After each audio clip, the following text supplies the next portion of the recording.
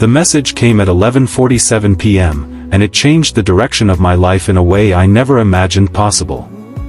It was short, simple, and unsettling. My roommate was out of town for the week, and the house had been painfully quiet. Then my phone lit up with a notification from his sister, someone I had barely spoken to in months. The message said only 5 words, "Meet me in the garage." The silence of the house had been suffocating me long before that text arrived. Ever since losing my job 3 months earlier, every day had begun to feel like a slow collapse. The mornings were the hardest because waking up meant facing another day without purpose, another day without direction, and another day pretending everything would eventually be fine. My roommate had tried to help before leaving for his work trip, reminding me that setbacks were temporary and that life always found a way to shift. But after he left, the empty rooms echoed with my thoughts, and those thoughts were never kind. I had spent the evening scrolling endlessly through job listings, sending applications that felt like messages in bottles tossed into an ocean that never replied. By midnight, the glow of the laptop screen was the only light in the living room, and I felt smaller than ever. That was when the message appeared, cutting through the quiet like a sudden knock on a locked door. I remember staring at the words for a long time, wondering why she would reach out to me. We had met several times at family dinners and casual gatherings, but our conversations had always been brief and polite. She was warm, kind, and effortlessly confident, the kind of person who seemed to move through life with purpose. I, on the other hand, felt like someone stuck at the starting line long after the race had begun. Despite the confusion, something in the message pulled me up from the couch. Maybe it was curiosity, or maybe it was the desperate hope that something, anything, could break the monotony of my days. I grabbed my keys and stepped into the cool night air, the quiet neighborhood stretching around me like a sleeping world. The garage light flickered on as I approached, and there she was, standing beside her car. The engine hummed softly, and the dim light cast long shadows across the driveway. Her expression was gentle, but there was something serious in her eyes, something that made my chest tighten before she even spoke. She didn't waste time with small talk. She simply told me she knew things hadn't been going well for me. She had heard from her brother about my struggles, about the job loss, and about the quiet battles I had been fighting alone. Her voice carried a calm certainty that felt strange and comforting at the same time. She said she wanted to show me something. The drive that followed felt surreal.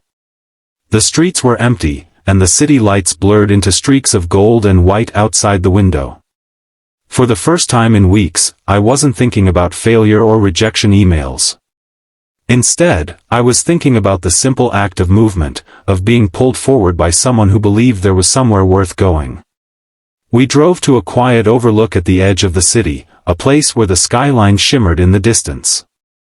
The air was cool, and the silence between us felt peaceful rather than heavy. She told me she had gone through something similar years ago. She had faced uncertainty, doubt, and the terrifying feeling of not knowing what came next. But she had learned that sometimes, the hardest moments in life were not endings, they were invitations to begin again. She spoke about resilience in a way that didn't feel like a lecture or advice. It felt like a story, one filled with small victories and quiet courage. She reminded me that losing direction didn't mean losing worth. She said the world didn't move in straight lines, and neither did people. That night became the first night in months that I slept without the weight of dread pressing against my chest. Something had shifted. It wasn't a dramatic transformation or a sudden solution to all my problems, but it was a spark. And sometimes, a spark is all it takes to light a path forward. Over the following weeks, that spark slowly grew. She encouraged me to leave the house more often, to reconnect with hobbies I had abandoned, and to remember the parts of myself that existed before fear took over. We met for coffee, for walks, and for conversations that stretched long into the evening. Each meeting felt like a step away from the darkness I had been living in. I started to notice small changes in myself. I began waking up earlier, not because I had to, but because I wanted to. I began applying for opportunities with renewed determination, no longer expecting rejection before it arrived. Slowly, the world felt less like an obstacle and more like a possibility. Months passed, and one afternoon, an email finally arrived that changed everything. It was a job offer from a company I had almost forgotten about, a role that aligned perfectly with my skills and passions. I remember reading the message again and again, barely able to believe it was real.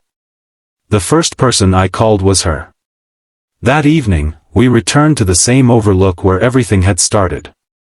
The skyline looked the same, but I felt entirely different.